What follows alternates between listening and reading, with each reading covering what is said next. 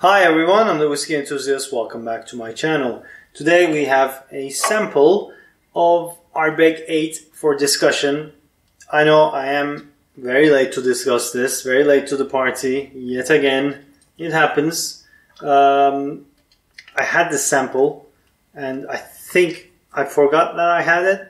So it was in a box of samples and I think it just got lost in the thought process. But here we are. Let's discuss. This is I think it's a committee release again. Oh no, it's a committee release, but you can still buy it. So am I that late to the party?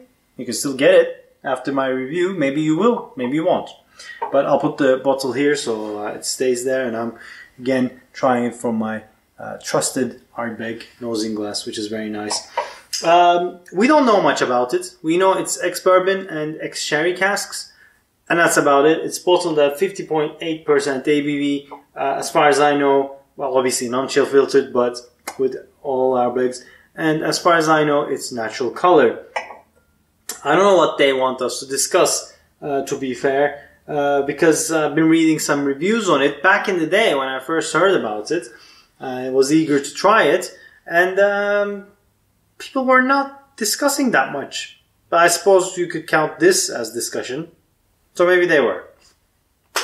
Anyway, without rambling on too much, let's dive in, shall we? Okay. It's peaty. It's sweet. I get a lot of creamy vanilla notes, caramel. And then I get a bit red berries, winey notes, a lot of astringent winey notes, and zesty. That classic citric Ardbeg nose is there, coupled with some winey notes. Now, sherry casks are not a stranger to Ardbeg. We have the Ugdal, we have the Anu, and we have the Wee Beastie, also sherry. And this is 8 years old. Wee Beastie is 5. And then we have the 10. So it should sit somewhere between them. Let's see what the palate does. Oh. Oh, that's nice. Oh, that's nice. Now, the younger the whiskey, the more peat you would feel in peated whiskies. As the whiskey ages, the peat effect dissolves and goes into the cask, goes away from the spirit, goes into the air, to the angels. But the younger you have, the more peaty, the more vibrant it would be. This is very nice. It's you get the zestiness, you get the classic charred broccoli and lemon zest over the barbecue notes that I get, because broccoli is herbal and then lemon adds a little bit of that zestiness, that zing to it, and the charred on the barbecue gets that burnt note, which I love. Charred broccoli over barbecue with lemon over top. If you haven't tried it, I recommend it. And yeah, you get that classic Ardbeg notes, but with a little bit of soft shell of sherry around it. It's sweet. It's not overly sweet. It complements it, and the finish is minerally, ashy, a little bit peaty, and what's that? Gingery. Okay, it's medium. Second round on the nose. Again, you get the zestiness, sweetness. It is Ardbeg, fine, but not like overpowering alcohol or overpowering peat. It feels very balanced.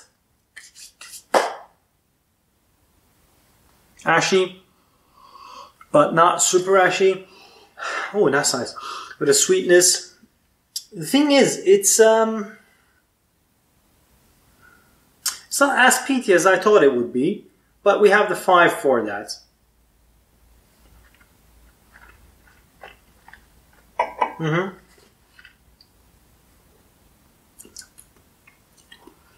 Same notes. Vibrant, zesty, creamy, very Ardbeg.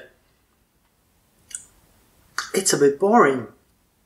Is that the discussion? It's not as unhinged as the 5 is, and it's not as well-rounded as the 10 is. It's in the middle, age-wise and taste-wise, but it's a bit boring. It's not. It's ticking all the right boxes, guys. It's good in the sense that it's a well-made whiskey, but what's there to discuss? What is the discussion point? What is the... did they do something interesting that I'm missing? I don't think so, because I've not seen anyone point that, this is what we're supposed to discuss. What is there to discuss? There was a lot to discuss on this one, because no one, as far as I know, proudly put number 5, a single malt.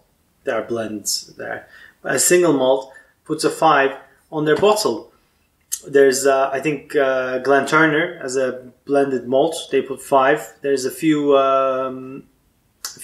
blended whiskies with, grain in that. And there's Dead Rabbit, Irish whiskey. But as far as I know, from Scotland, no one put 5 on their bottle. And this put 8. Okay, fine, great. Lagavulin does 8. Do I? Do I try? I don't know. What do I do? What do I do, guys? Do I compare this to 10 and 5 and see if it's actually in the middle? Or do I actually try it with Lagavulin 8? But different characters, isn't it? So is there a point to this? I'm not a massive fan of Lagavulin 8 either.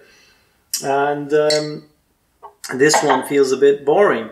So I don't know. Is that the discussion point? Is that maybe 8 should not be Ardbeg's age? I think I love the 10. Anyone who loves peat, I know, loves the 10. The 5 is a bit of a divider, but I do enjoy it. I do enjoy the vibrancy and the unhinged weirdness of it. This one, there's sherry, but not too much. There's peat, but not too much. There's zestiness, but not too much.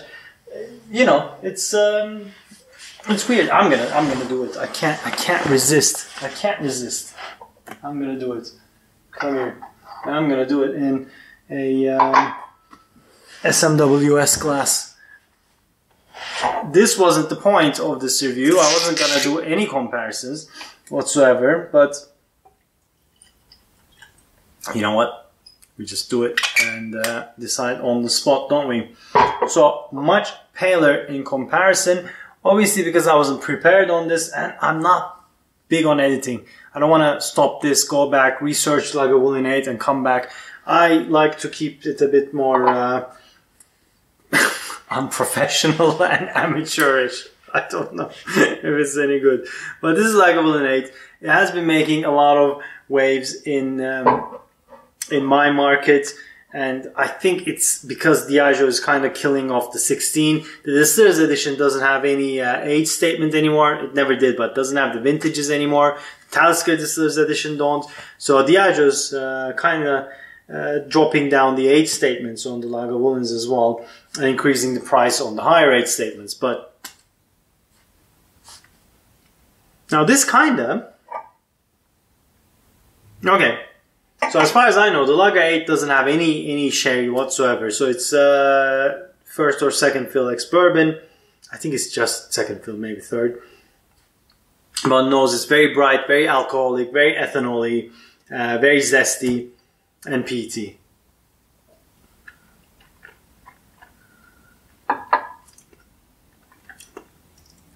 Well, on the palate, you get a bit peat hit, even though Lagavulin is... usually their barley is malted to lower ppm levels than Ardbeg does. But peated, zesty, vibrant, young. I get this whiskey. I may not like it. I may not be a massive fan of it. But I get it. It's a bright, young, Islay peated malt. This one, like I said, it's sherry, it's bourbon, there's peat, but not too much. There's sherry, but not too much. I just don't see the point.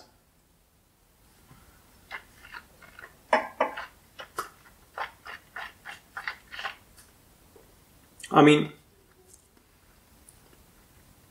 I would either have the 5 or the 10 rather than this. It doesn't tick any boxes for, well, you know, taste-wise. It's not bad. By all means, it's not bad. It's just not doing much. It's a bit boring. At least this one is doing what it's supposed to do. A young, bright, zesty Islay. People who come from Islay. So, Islay. Anyway, what I'm going to recommend for Ardbeg 8, because you can still buy it, I'm going to recommend it. Well, I was going to recommend 1 Glencairn, but I know people would like it as well. So I'm going to recommend the 2 Glencairns. So try before you buy. Like I said, I don't know. I don't know if you guys will be impressed. Guys, I hope you liked this one, and an impromptu Lagavulin 8 review as well. And yeah, if you did, please hit that like button. If you haven't already, please subscribe to my channel and let me know. Let's discuss. Let's discuss Ardbeg 8 for discussion. Have you tried it? What do you think about it? Is there anything to discuss? Am I missing something? And yeah, let's connect, and I'll see you on to the next one. Cheers, guys.